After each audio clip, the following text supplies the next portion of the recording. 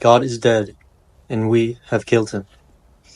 Even if you're not familiar with philosophy, you've probably heard this line, and it comes from one of the most infamous philosophers of all time. Famous, Friedrich Nietzsche. But what did Nietzsche mean when he said, God is dead? Now, before we look at the more nuanced interpretations of this quote, let's first look at what Nietzsche meant in a more explicit sense.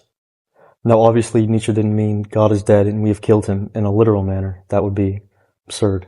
Rather, he's using a metaphor here to represent the downfall of Christianity in society. With this shift away from Christianity, people are also shifting away from the beliefs and the morals and the systems created by Christianity.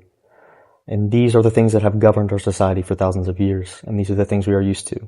And as a result, we now need to create a new system, a new set of beliefs, a new set of morals to govern our society and to govern ourselves.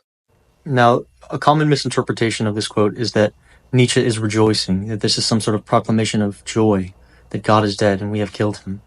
Now, this is an easy mistake to make, given that Nietzsche was a staunch advocate against Christianity, particularly organized Christianity. So it's an easy mistake to make, but Nietzsche was not at all saying that this was a good thing by any means. Nietzsche was not trying to make a triumphant statement. It was more so a warning to society. In reference to speaking about the death of God, as he put it, one of the things Nietzsche's quoted in saying is, "We will never find enough water to wash away the blood." And essentially what he meant was that once the foundation of our ethical systems are removed, chaos and instability will inevitably follow. Now, Nietzsche's main philosophy following the death of God is that once people destroyed their God, once God had died, in this case, people would now need to create their own values. And this is where Nietzsche's idea of the Übermensch comes in, a man who is bound only by his own values. However, many take issue with this idea that you can create your own value system. Particularly the psychiatrist Carl Jung. He believed that there was a fundamental flaw with Nietzsche's idea that one can create their own value system from scratch. Jung believed that we can't simply mold ourselves into whatever it is we want to be. Human nature is not flexible. We have instincts, predispositions, and a psychological framework that must be respected. So to many, including Jung, and to many skeptics of Nietzsche, they would say it isn't about creating values out of thin air necessarily, but perhaps rediscovering them. Rediscovering those values already embedded within us that we perhaps have forgotten or ignored. That is what Jung worked towards in his lifetime. He believed that by reconnecting with myths, archetypes, and the unconscious mind, we could reconnect with those values to give life meaning. But enough about Jung, let's get back to Nietzsche. Now, while Nietzsche did believe that the ideal man could create their own values, the Übermensch, he did believe that many of the modern people, many normal people, as he would put it, he had quote-unquote extraordinary and ordinary people. Many of the ordinary people, as he would put it, he believed were incapable of discovering these values for themselves, and that is why they relied so heavily on religion and things like Christianity to create values for them. And this, of course, to Nietzsche posed a problem. He believed that the modern world was not ready to rid themselves of the values that Christianity had so easily bestowed to them, so easily given them, so easily set up for them. And he thought chaos in society might ensue. And he was absolutely correct. And that's what we saw with the 20th century, right? Filled with wars, filled with chaos, nothing but blood and tyranny. So talk about foresight. But with that being said, again, back to the Übermensch, Nietzsche did believe that the extraordinary mind, those capable of going beyond the need for the values imposed by Christianity.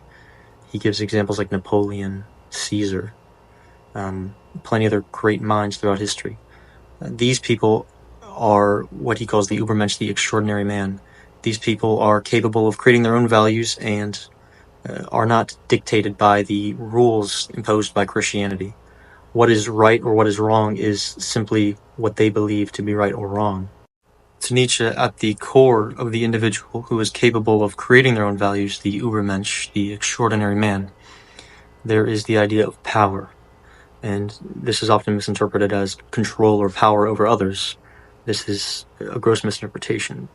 For Nietzsche, the will to power, as he puts it, which I will go over in a different video. But essentially, the idea is that you have power over the self, not over others, per se.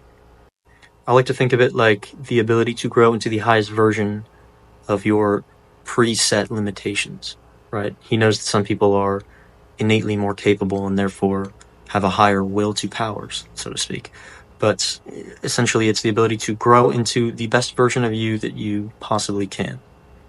And again, this is a much more nuanced idea, will to power, but that's the gist, and it's enough for this. So quickly to recap, what did Nietzsche meant when he said God is dead and we have killed him? Well, essentially he meant that we have killed the values and morals imposed by Christianity on society. We as a people have decided that the values, the Christian system is no longer necessary. We are somehow risen above it, right? And that's what Nietzsche meant by God is dead and we have killed him. We have killed God in terms of Christianity, in terms of the values God imposed on society. We have killed that in society. And to Nietzsche, this was, while he was not a proponent of organized religion in any capacity, he did believe that the average man, as he put it, needed these values to be kept in check. So Nietzsche was by no means happy about the death of God in society, at least in terms of the time period that he lived in. He thought, someday, sure, that it was inevitable, but he thought it was premature. And given the events of the 20th century, he was absolutely correct. So, God is dead and we have killed him. Christianity is dead in society. We have decided that it is no longer important. And what is it to be replaced with? Well, to Nietzsche, we need to replace it with our own value set. But most people simply are not capable of doing so. And as it turns out, chaos ensues, as he predicted. That is why he thought we were not ready to kill off God yet. And that is why this wasn't, when he says God is dead and we have killed him, this is not this is not a praiseworthy thing from him. This is not a rejoicing statement. So I hope that helps.